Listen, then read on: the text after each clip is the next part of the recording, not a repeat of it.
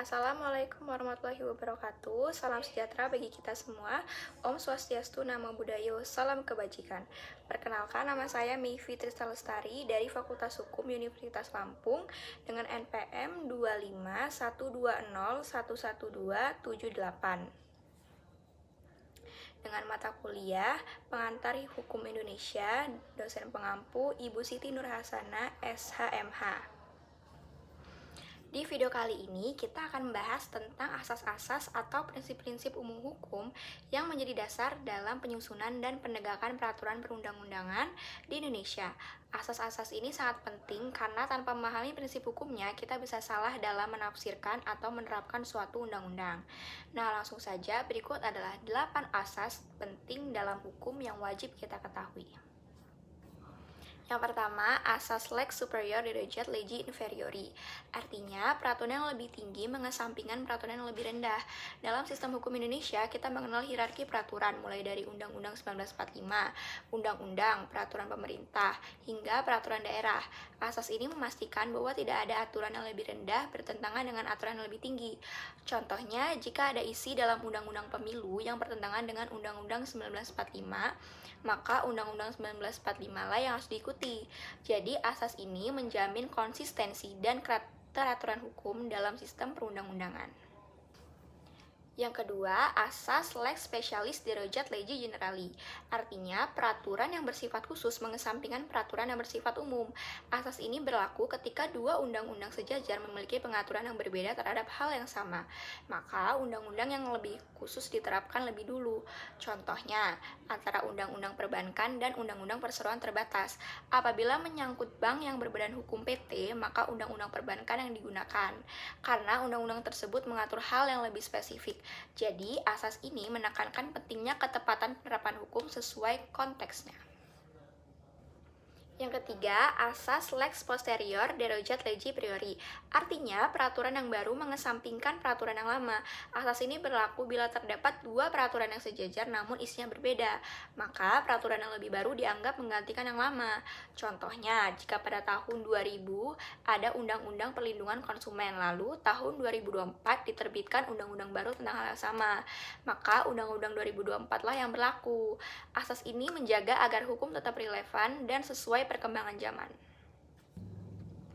Yang keempat, asas lex nomina cogit et impossibilia. Artinya, hukum tidak memaksa seseorang untuk melakukan hal yang tidak mungkin dilakukan. Asas ini dikenal juga sebagai asas kepatutan atau dalam bahasa Belanda disebut. Contohnya, jika seseorang tidak dapat memenuhi kewajiban hukum karena bencana alam atau keadaan darurat yang tidak bisa dihindari, maka ia tidak dapat dipaksa secara hukum. Asas ini menegaskan bahwa hukum harus manusiawi dan adil, bukan sekedar kaku pada aturan tertulis. Yang kelima, asas lex perfecta. Artinya, hukum tidak hanya melarang suatu tindakan, tetapi juga menyatakan bahwa tindakan itu batal jika dilakukan. Contohnya, jika hukum melarang perjanjian tertentu, misalnya perjanjian jual beli barang hasil kejahatan, maka selain dilarang, perjanjian tersebut juga otomatis batal demi hukum. Asas ini menunjukkan bahwa hukum tidak hanya memberikan larangan, tetapi juga sanksi dan akibat hukum yang tegas. Yang keenam, asas non-retroaktif. Artinya, undang-undang tidak berlaku surut. Hukum hanya berlaku untuk masa yang akan datang, bukan untuk masa lalu. Hal ini penting untuk menjamin kepastian hukum dan keadilan bagi masyarakat. Contohnya, jika hari ini disahkan undang-undang baru tentang pajak, maka undang-undang itu tidak bisa digunakan untuk menghukum orang atas perbuatan tahun lalu.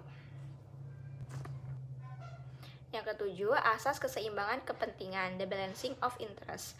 Artinya, hukum harus mampu menjaga keseimbangan antara kepentingan pribadi dan kepentingan umum. Contohnya, ketika pemerintah ingin membangun jalan tol dan perlu mengambil tanah warga, maka harus ada kompensasi yang adil. Dengan begitu, kepentingan umum terpenuhi tanpa merugikan hak pribadi. Asas ini menjaga agar hukum tidak berat sebelah, melainkan menegakkan keadilan sosial.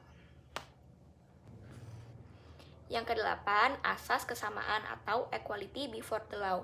Artinya, semua orang memiliki kedudukan yang sama di hadapan hukum. Tidak boleh ada diskriminasi baik karena jabatan, status sosial, kekayaan, maupun kekuasaan. Contohnya, jika seorang pejabat dan warga biasa melakukan pelanggaran yang sama, maka hukum harus diterapkan dengan adil kepada keduanya. Asas ini mencerminkan semangat Undang-Undang 1945 Pasal 27 Ayat 1. Segala warga negara bersamaan kedudukannya di dalam hukum dan pemerintahan. Nah, itu dia 8 asas hukum yang menjadi dasar pembentukan peraturan perundang-undangan di Indonesia. Asas-asas ini membantu agar hukum bisa diterapkan dengan adil, konsisten, dan manusiawi. Sekian video dari saya. Mohon maaf apabila ada kesalahan. Wassalamualaikum warahmatullahi wabarakatuh.